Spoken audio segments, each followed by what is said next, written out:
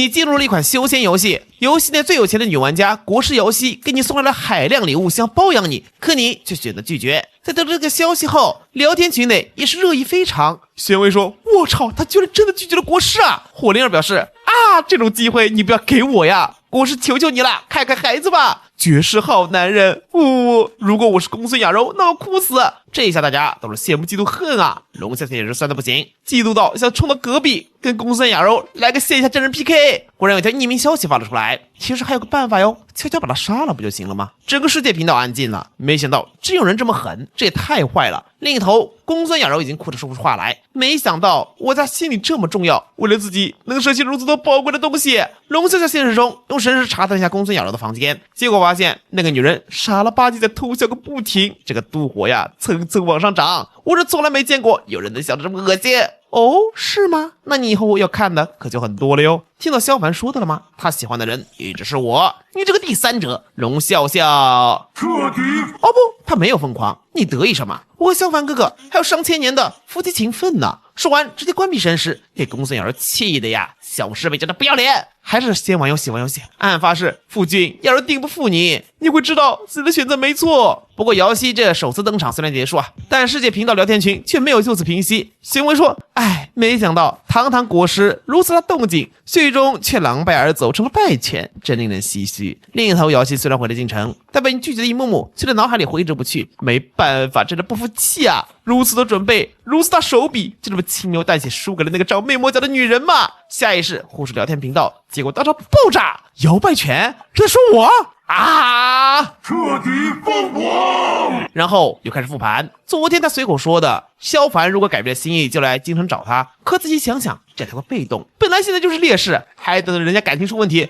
不想玩了是吧？守株待兔绝非他行事准则，记得他们所在的宗门叫幽冥宗是吧？另一头啊，这次事件过后，你看他系统提示后懵了，因为在国师事件中的出色表现，你和公孙雅柔的亲密度大幅提升，他希望能和你结为道侣，是否同意？这就成道侣啦，果断接受。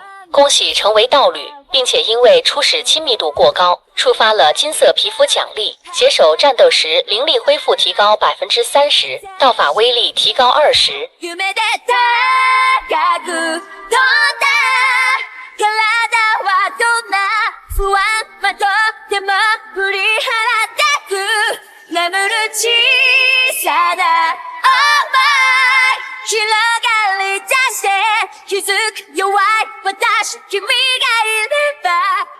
这张皮肤大图叫做两不疑，还极其漂亮。公孙雅柔是真的开心啊，把这张例会上的群里，让一帮女人也是酸的不行，犯花痴啊！萧凡哥哥也太帅了吧！不过很快有人发现滑点，温雅先注意到画面左上角有个奇怪的背影，哇塞，这个东西摇摆拳不能看的呀，看到会炸的。潜水暗中观察的瑶希冷笑，他要看看到底是什么，一看呆住了，赫然是一片云彩之上一个女子离开的模样。画幅中央和恩爱的主角两人比起来，那背影说不出的萧瑟落寞。等等，我当初也没这么惨吧？这不是败犬是什么？喂，好气！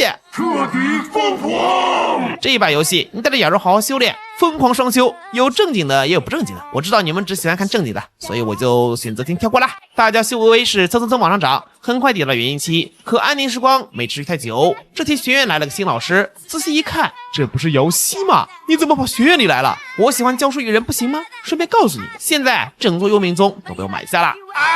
不愧是你啊，真有钱！公孙雅柔心中咬牙。瑶希，我和萧凡都结成道侣了，你还不死心？什么喜欢教书育人，那点心思谁看不懂一样？龙笑笑也是彻底疯狂！可恶的国师有什么了不起？不就是有几个臭零食吗？他酸啊！比起公孙雅柔，他更讨厌瑶希。前世中的萧凡就是靠死缠烂打和临时攻势，可现在呢，被全方面碾压喂，就跟撞衫了一样，谁丑谁尴尬。世界频道的画风是这样子的。玄威说，摇摆姐还想挣扎呀？哎，这就是他的后续计划，想到第三者。温雅贤表示区区败犬罢了。瑶希在女玩家中风评不太好，因为大多数人都把他当做了巨大威胁的假想敌。实际上这2天向你示好的还不止国师大人一个，例如幽冥宗老师玄威，还有天才少女温雅贤。只可惜啊，你的回答只有一个，对不起，我们不合适。但很快瑶希就持续加码，表示之前的条件欠妥，在之前的基础上还可以再加一个他自己，他也可以成为你的道侣。你也是真的吐了呀！不是，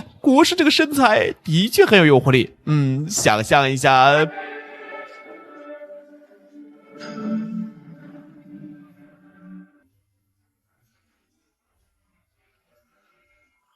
毕竟啊，她可是名满天下的美人。要是单机游戏，说不定就会来一句你来的正是时候。可现在是廉价位，姐姐，要不下一把吧？下一把我再来找你。再一次被拒，瑶希并不意外，只是淡定表示他会在这一直等你，你可以慢慢考虑。他就不信了，你们两个感情能这么坚固？凡人还有个7年之痒呢，只要机会一到，他就会以高大心态立刻出击。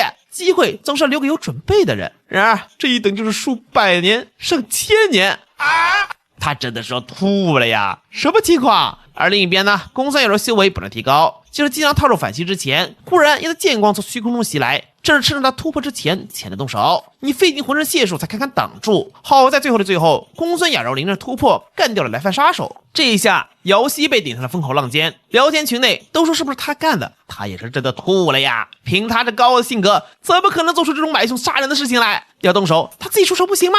追杀还没结束，2天后，公孙雅柔被天机石锁定，这东西只有朝廷皇室拥有。你们从这蛛丝马迹中也推断出来，恐怕是皇室长公主当初挖了雅柔至尊骨的女人，要把雅柔扼杀在摇篮里。难道她也是玩家吗？然而实际情况是，公主不是玩家，但她身边的先知是利用前几次的模拟，伪装成先知得了公主信任，撺掇公主杀人。这一下，公主派出更强的合体七星钗来斩杀雅柔。好在关键时刻，雅柔动用了自己之前得到的结算道具乾元丹。你使用了道具乾元丹，可获得前世巅峰战力1/3的修为，实力大幅提升。气息原地暴涨，跨出第一步突破反虚进入合体期，跨出第二步雷劫滚滚步入渡劫期，跨出第3步浑身金光爆闪，好似画中人，正是大成期。这实力给钦差都看傻眼了，不是搁着开挂呢？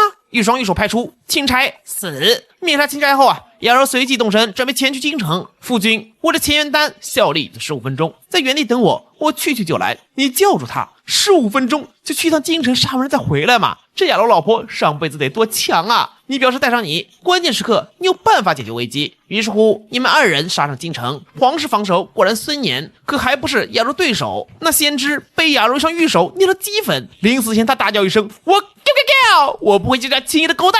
魂魄飞出逃走了。正想要追，结果皇城深处爆发出一道金光，谁敢侵我北凉皇庭？来人正是大成期的北凉皇帝，而且不只是他，甚至还有2具渡劫期尸体。有玩家惊呼：天啊！这不就是皇室中历代强者被炼成了活尸吗？这可是北凉皇庭的地盘，那活尸刀枪不入，好似金铁。要是想进攻，皇帝就会指挥活尸当做盾牌，3打1他逐渐不敌。眼看15分钟时间就要到了，关键时刻你出手了，取出法宝昊天镜，重瞳之力归来，瞬间沿着符文闪耀，紧应声凝结出阵法，将活尸镇压。雅柔看愣住了，心里冒出一丝疑问：为什么一到关键时刻，夫君的重头就冒出来？平时也没一定有关键能力展现，这情况就跟自己用个道具一样。难道说夫君也是玩家吗？最后在重瞳的帮助下，雅柔和你干掉公主，还打碎了天机石，得以全身而退。虽然日后要面对皇室追杀，但只要好好苟着，翻盘应该不是难事。好啦，我独自攻略仙子第1季的故事就到此结束啦。本作是一个比较有意思的故事，集修仙、恋爱、游戏元素于一身，可以说是相当好玩啊。